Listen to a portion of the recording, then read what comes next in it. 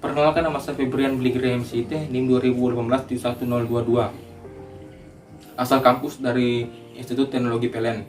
Di sini saya akan menjelaskan mengenai pembangkit listrik tenaga gas. Adapun komponen-komponennya itu pertama, kompresor. Kompresor itu berfungsi untuk menghisap udara dari atmosfer yang kemudian dikompres dan dimanfaatkan hingga mencapai tekanan dan temperatur tertentu. Nah, yang kedua itu ialah rebusan atau ruang bakar, di mana berfungsi untuk sebagai tempat pembakaran antara bahan bakar dengan udara, di mana tujuannya itu untuk menyuplai energi panas ke siklus turbin gas. Nah, yang ketiga itu turbin gas yang berfungsi untuk mengkonversi energi kinetik menjadi energi mekanik, di mana energi mekanik itu dibangkitkan berasal dari proses konversi energi yang dihasilkan pada proses pembakaran.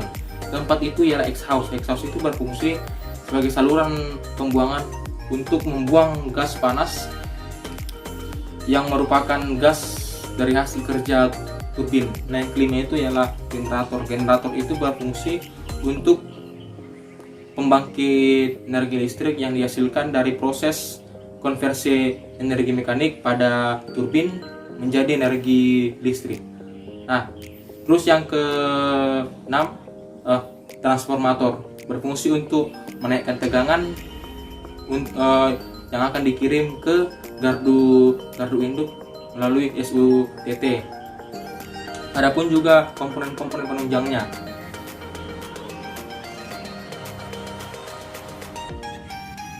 Baik, kita akan melihat prinsip-prinsip kerja pada PLTG. Berbahan bakar solar, mesin pembangkit tersebut digerakkan pengambilan bahan bakar solar dari Pertamina melalui pipa bawah tanah dan ditampung di bunker. Bahan bakar dari bunker tersebut dihisap oleh pompa yang sebelumnya disaring oleh filter, lalu kemudian disalurkan ke dating. Dari dating, bahan bakar dihisap kembali oleh pompa tekanan rendah dan disaring lagi oleh filter tekanan rendah. Bahan bakar bertekanan rendah kemudian dihisap kembali oleh pompa bertekanan tinggi dan dimasukkan ke filter tekanan tinggi.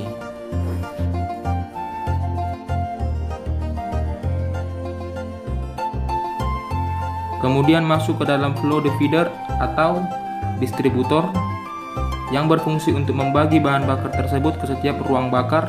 Setelah udara dan bahan bakar tercampur, akan membentuk gas yang berfungsi sebagai bahan bakar penggerak turbin. Gas buang dari pembakaran terjadi pada turbin akan dicampurkan ke saluran pembuangan.